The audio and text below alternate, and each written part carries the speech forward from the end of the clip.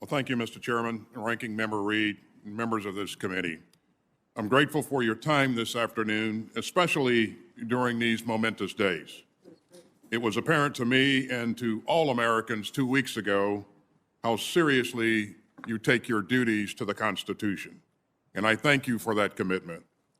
I know that you share my gratitude for the commitment of the men and women of the Department of Defense as well, who share your devotion to that founding document, our Constitution. Many of them are serving overseas.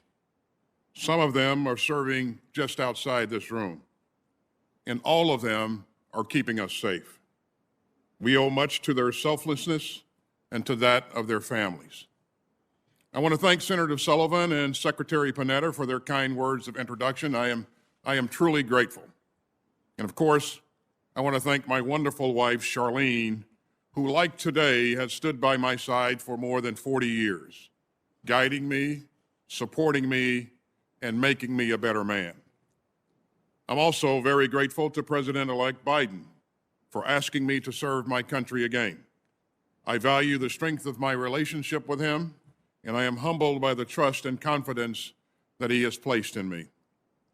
And I hope this hearing will earn me your trust. Let me say at the outset that I understand and respect the reservations that some of you have expressed about having another recently retired general at the head of the Department of Defense. The safety and security of our democracy demands competent civilian control of our armed forces, the subordination of military power to the civil. I spent my entire life committed to that principle. In war and in peace, I implemented the policies of civilians elected and appointed over me, leaders like Secretary Panetta. And I know that being a member of the President's cabinet, a political appointee, requires a different perspective and unique duties from a career in uniform. I intend to surround myself with and empower experienced, capable civilian leaders who will enable healthy civil-military relations grounded in meaningful oversight. Indeed, I plan to include the Undersecretary of Defense for Policy in top decision-making meetings, ensuring strategic and operational decisions are informed by policy.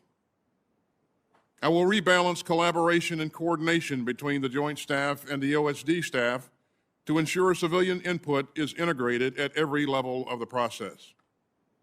And I will make clear my expectation that the Pentagon work hand in glove with the State Department, supporting the work of our diplomats. Now, I know that a large measure of civilian control of our military lies right here with this body. And if you confirm me, I assure you that the Pentagon under my leadership will respect your oversight responsibilities, and we will be transparent with you. And I will provide you my best counsel, and I will seek yours. And just like you, I will take seriously the many challenges facing our country, the most immediate of which, in my view, is the pandemic. And if confirmed, I will quickly review the department's contributions to coronavirus relief efforts, ensuring that we're doing everything that we can to help distribute vaccines across the country and to vaccinate our troops and preserve readiness. We'll also do everything we can for our military families. They too are educating kids at home and losing their jobs and trying to stock the pantry. I know this committee shares my view that we owe them our best efforts to lighten that load. We also owe our people a working environment free of discrimination, hate, and harassment. And if confirmed, I will fight hard to stamp out sexual assault and to rid our ranks of racists and extremists, and to create a climate where everyone fit and willing has the opportunity to serve this country with dignity. The job of the Department of Defense is to keep America safe from our enemies, but we can't do that if some of those enemies lie within our own ranks. And for those enemies and adversaries outside the ranks and around the world, we need resources to match strategy and strategy matched to policy, and policy matched to the will of the American people. And globally, I understand that Asia must be the focus of our effort. And I see China in particular as a pacing challenge for the department. And I know I'll need your help in tackling these problems and to give our men and women in uniform the tools that they need to fight and win.